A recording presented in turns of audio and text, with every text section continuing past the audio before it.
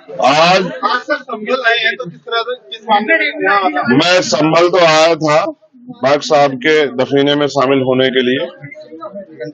उनके जो चाहने वाले हैं उनको जो है अपनी संवेदनाएं प्रकट करने के लिए, उनके परिवार के लिए। लेकिन अब उत्तर प्रदेश बदल गया है। आज मुझे फिर हाथरस याद आ रहा है।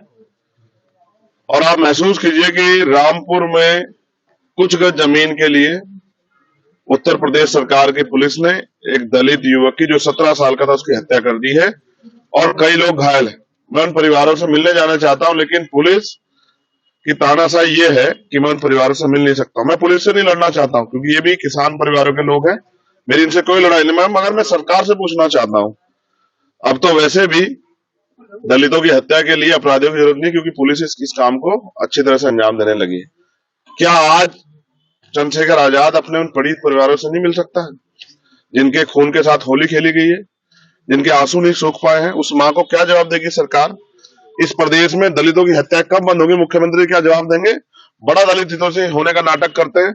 मैं मांग करता हूं, यहाँ जिम्मेदार अधिकारी भी खड़े हैं, कि मैं उस परिवार से मिलने जाऊंगा। आप अपने अधिकारियों से बात कर लो। मैं कोई विवाद नहीं चाहता, संवैधानिक तरीके से उस परिवार की आवाज उठाना चाहता हूं। आज उस परिवार को मेरी जरूरत है और मैं किसी भी कीमत पे उस परिवार को अकेला नहीं छोड़ूंगा। उनके आंसू पूछ के उनको न्याय दिलाने का काम करूंगा, क्योंकि जिस तरह की सरेआम गोलियां चल रही है, ये इस बात का उदाहरण है कि उत्तर प्रदेश में कानून व्यवस्था खत्म हो गई है, तानाशाही है। किसी को भी मारो चंद गज जमीन के लिए। हम पे देश में था कि आजादी के बाद हमें मिला क्या है? हम तो वो है जिन पे हजारों साल प्रतिबंध लगा के रखा गया।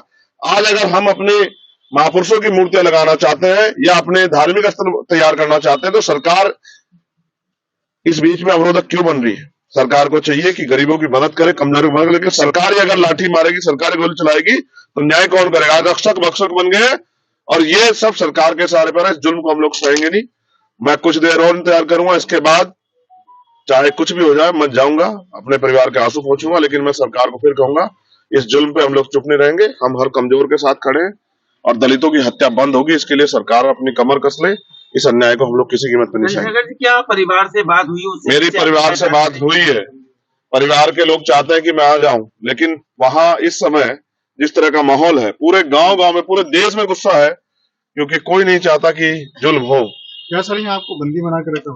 ये पुलिस के लोगों से आप पूछो कि ये कौन सा, जितनी पुलिस आज मुझे रोकने के लिए लगाई, अगर इतनी पुलिस गरीबों की सुरक्षा में लगाते, कमजोरों की सुरक्षा में लगाते, तो शायद कई लोग जिंदा बच जाते। लेकिन अब तो पुलिस ही हत्या करने लगी है।